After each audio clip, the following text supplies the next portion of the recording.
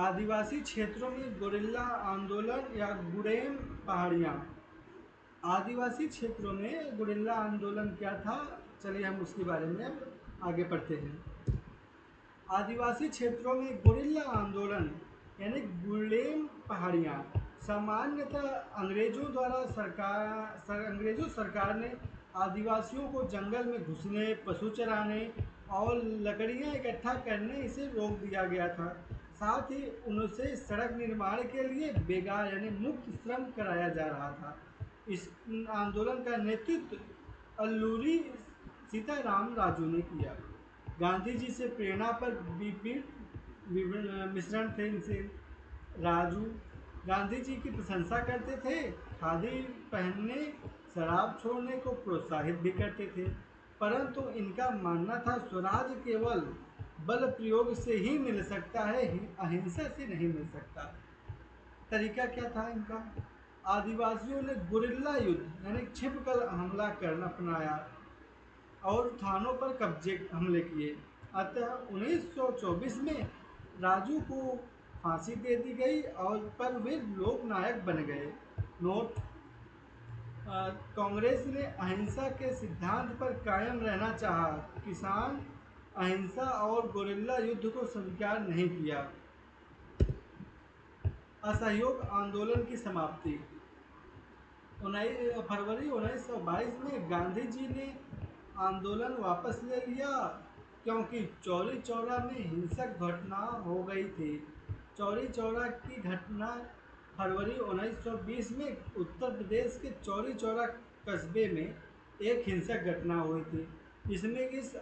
में क्या हुआ था कि भीड़ ने यानी प्रदर्शन कर रही भीड़ ने पुलिस ने गोलियां चलाई। इस पर भीड़ बेकाबू हो गई। उन्होंने थाने पर जाकर पुलिस थाने को जला दिया। कई पुलिसकर्मियों की मौत हो गई।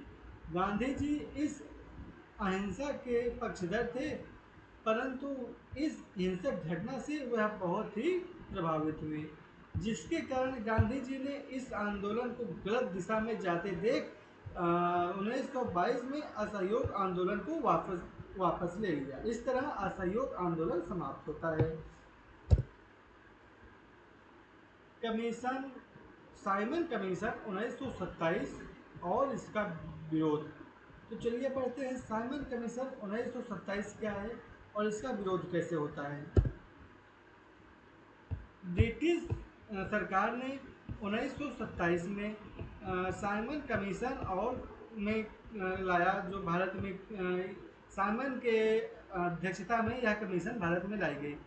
1927 में ब्रिटिश सरकार ने भारत के संवैधानिक सुधारों की जांच के लिए साइमन कमीशन को नियुक्त किया था। इस कमीशन में किसी भी भारतीयों की कोई सदस्यता नहीं थी। इससे भारतीयों में रोष फैल गया था। पूरे देश में साइमन वापस जाओ के नारे लगने लगे और इसी आंदोलन में लाहौर में इसका अधिवेशन के दौरान लाला लाजपत राय के सर पर ब्रिटिश सैनिकों ने लाठी से प्रहार किया, जिससे वहाँ लाला लाजपत राय जी की मौत हो गई। यह आंदोलन इसमें और बढ़ गया। कांग्रेस, मुस्लिम लीग, अन्य सदस्यों ने एकजुट होकर इसका विरोध किया। लाहौर अधिवेशन और पूर्ण स्वराज। दिसंबर 1929 में भारतीय राष्ट्रीय कांग्रेस का लाहौर अधिवेशन हुआ। इस अधिवेशन की अध्यक्षता नेहरू जी ने की, जहां पूर्ण स्वराज की मांग को औपचारिक रूप से स्वीकार किया गया।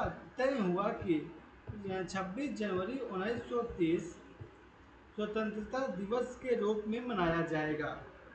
लोगों ने इसे पूर्ण स्वराज के लिए संघर्ष का शपथ भी कहा, यानी कि लाहौर पर रात को यहाँ पर लोगों ने शपथ ली पूर्ण स्वराज के लिए। इसी निर्णय के बाद आगे चलकर सविनय अवज्ञा आंदोलन भी शुरू होता है। नमक यात्रा और दांडी मार्च। नमक ही क्यों, यानी कि नमक यात्रा में दांडी मार्च में था, तो इसमें नमक ही क्यों हुआ? गांधी जी ने देश को एकजुट करने के लिए नमक को चुना। कारण क्या था?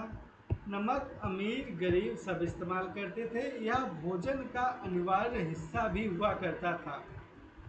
नमक पर कर और उत्पादन पर सरकारी एकाधिकार को गांधी जी ने ब्रिटिश शासन का एक सबसे दमनकारी पहलू भी बताया। यानी कि नमक कानून आंदोलन को इसलिए भी चालू किया गया कि इसके उत्पादन पर केवल सरकारी अधिकार था। अल्टीमेटम, गांधी जी ने वायसराय एरविन को 11 मांगों वाला पत्र भेजा और 11 मार्च तक का समय दिया। मांग न मानने पर सबने अवज्ञा की चेतावनी दी गई। दांडी मार्च 1930 में, यानी कि 12 मार्च 1930 को गांधी जी ने साबरमती से दांडी मार्च शुरू की।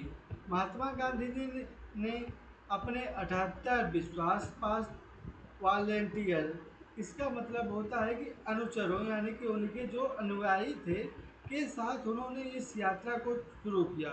गांधी जी ने लगभग 240 मील यानी लगभग 390 किलोमीटर की पैदल यात्रा की। गांधी जी की टोली ने 24 दिन तक हर रोज लगभग 10 मील का सफर तय किया। 6 अप्रैल 1930 को दांडी पहुंचकर उन्होंने नमक बनाया और उसी के साथ सविनय अवज्ञा आंदोलन की भी शुरुआत गांधी जी ने कर दी।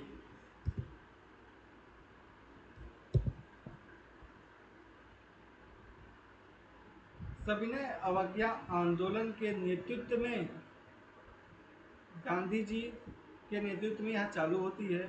इसका आरंभ दांडी मार्च और नमक कानून दोनों को तोड़ के किया गया था।